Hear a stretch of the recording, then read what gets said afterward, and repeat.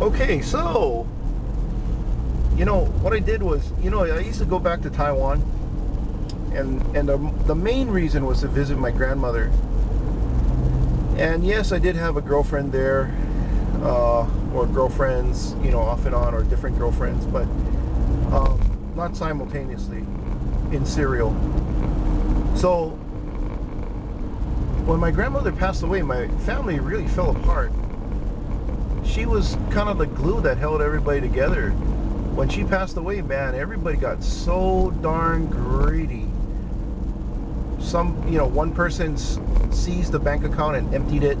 Another person seized the jewels. Her jewelry, personal jewelry, and gold, whatever she had stored.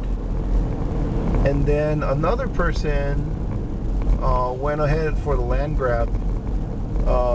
It's just a mess, and everybody's fighting over this, fighting over that, and nobody wants to pay the taxes. And what happens is, you don't pay the taxes, the government comes in and just takes it.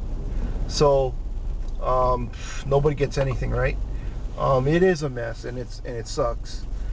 So anyways, long and short is, it's a disaster, and I don't return to Taiwan anymore. Before my grandmother passed away, I did ask her, when she was fine, she was healthy, she was able to walk around,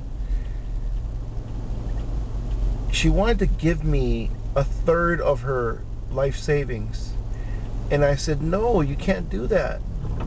You can't do it. I won't let you. She wanted to just give it to me. And I told her, look, if you run out of money while you're alive, this is bad news for you. Stop giving away your money. Do not give it away. So she wanted to give a third to me, a third to another cousin, and a third to a third cousin. As it turns out, none of us took it. But what had happened was that third cousin's mother came in and just took everything. So, in hindsight, yeah, my grandmother really wanted to bless me, but I had scolded her and chastised her because a lot of the family members have screwed her over. Like, her own son and daughters have taken her money and then just left her high and dry. So what I was concerned about was she wasn't able to pay her medical bills and hire a nanny, or hospice care, somebody to take care of her, cook for her, go shopping for vegetables, or do laundry, or just help her take a bath. And her kids, my uncle aunts, didn't help her, and didn't want to take care of her, didn't want her living with them. And one aunt allowed it, but gave her a hard time, which I wasn't happy about. Anyways, long and short is, I didn't take the money, and I'm still kind of okay about it, because I wanted to let my grandmother know that I loved her and I didn't want a penny from her. And I think she was pretty happy with that. And my cousin too, my other cousin, didn't want to touch it. And I told him too, hey, don't be taking this money. And I mean, he knew already, but I just reinforced. I guess we confirmed each other's thoughts about how she's been screwed over and nobody's there to take care of her. Anyways, the one thing I asked from her were her family albums, her photographs, and she had it all in a case. One piece of luggage, small piece of luggage, like a little briefcase. And my cousin was very upset that I took it, because he said it wasn't going to come back.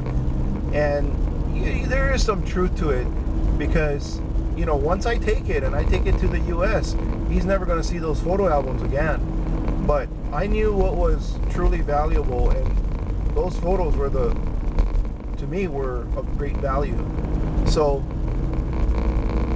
I still have it. And I was wondering, I was trying to scan them all and upload it, create a website. But you know, stuff like that takes maintenance. What I did do was created a Facebook group instead. You know, I didn't trust Picasa or, you know, the Yahoo photo bit, all that stuff, because you know, they're free for a while, and about 5-10 years later they go, oh, sorry, we're gonna delete the service. Time to get your photos off. And so I didn't want to deal with any of that. And you know, Facebook might be the same thing, but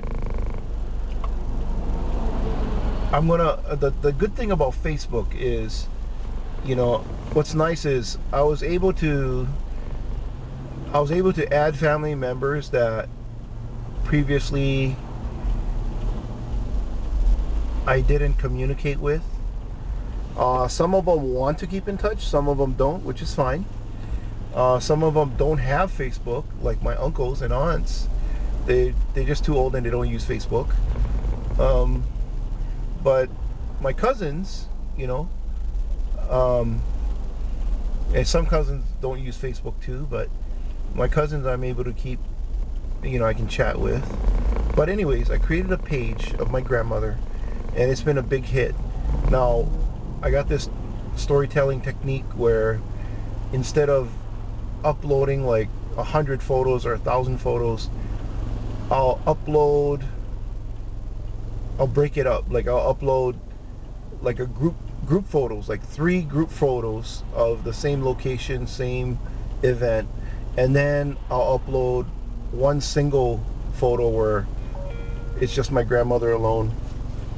And then the next day I'll upload another 3 photos where, you know, maybe a birthday party or whatever it is. And then the next day I'll upload like another 2 single pictures.